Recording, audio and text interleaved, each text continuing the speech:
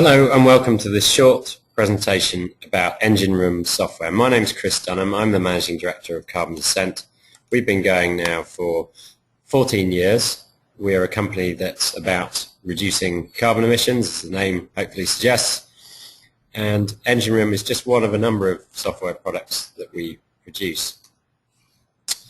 A bit of background about EngineRoom. It was developed by us through a knowledge transfer partnership with London South Bank University. We used it extensively over a number of years to model CHP feasibility in-house, and then a couple of years ago have began to offer the product for sale commercially.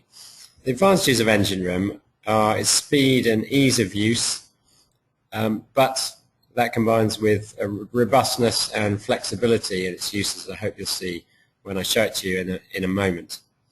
The costs for the software are £2,500 as an initial fee for up to 3 users, and then there's an ongoing annual license fee of £1,000 a year, covering support and any updates and upgrades to the software.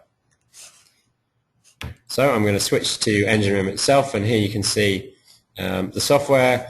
There are 5 steps that the software takes you through to get to a final answer on whether the CHP project is viable and if it is, what engine size would be most suitable for the scheme. So the first step is to enter load profiles or generate load profiles, and the approach taken here is that we're trying to get to an hourly profile for a typical day in each month of the year.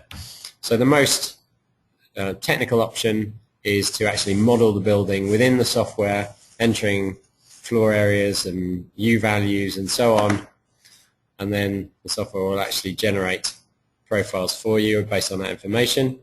A simpler method is to select the building type, which will pull up benchmark values for those building types, and then the software will generate profiles based on that building type and the floor area.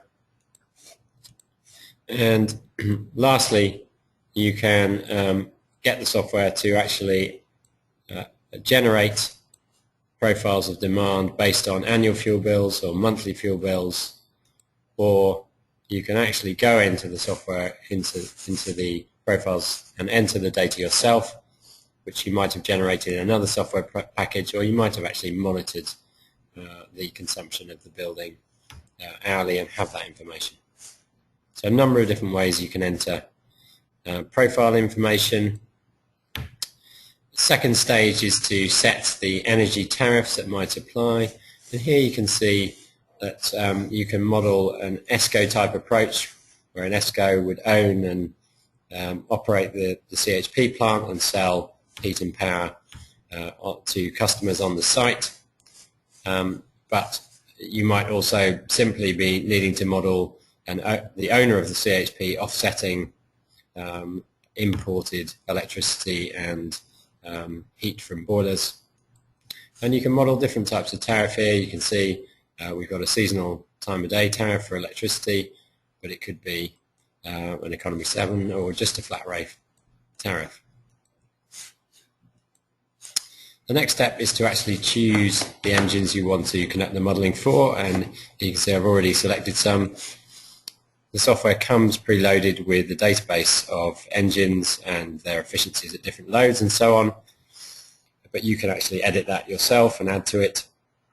You can also choose different control strategies. Conventionally it's either heat or power led, and you can specify the run times for the engine or let the software set those times itself.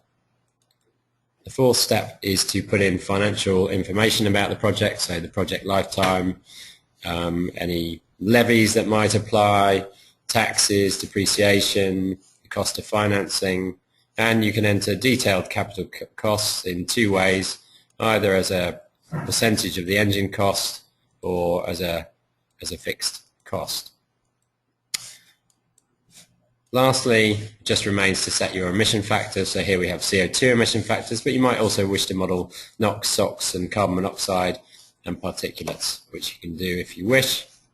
It just remains to press the calculate button, And here you can see a chart just comparing those different engine sizes that we selected here on the basis of net present value. This one looks like the best. Internal rate of return in CO2 savings. So we might at this stage want to actually go back and say, well, let's look at one of those engines in more detail. And you can do that and see for each month of the year what's actually happening in terms of the operation of the engine against the profiles of demand.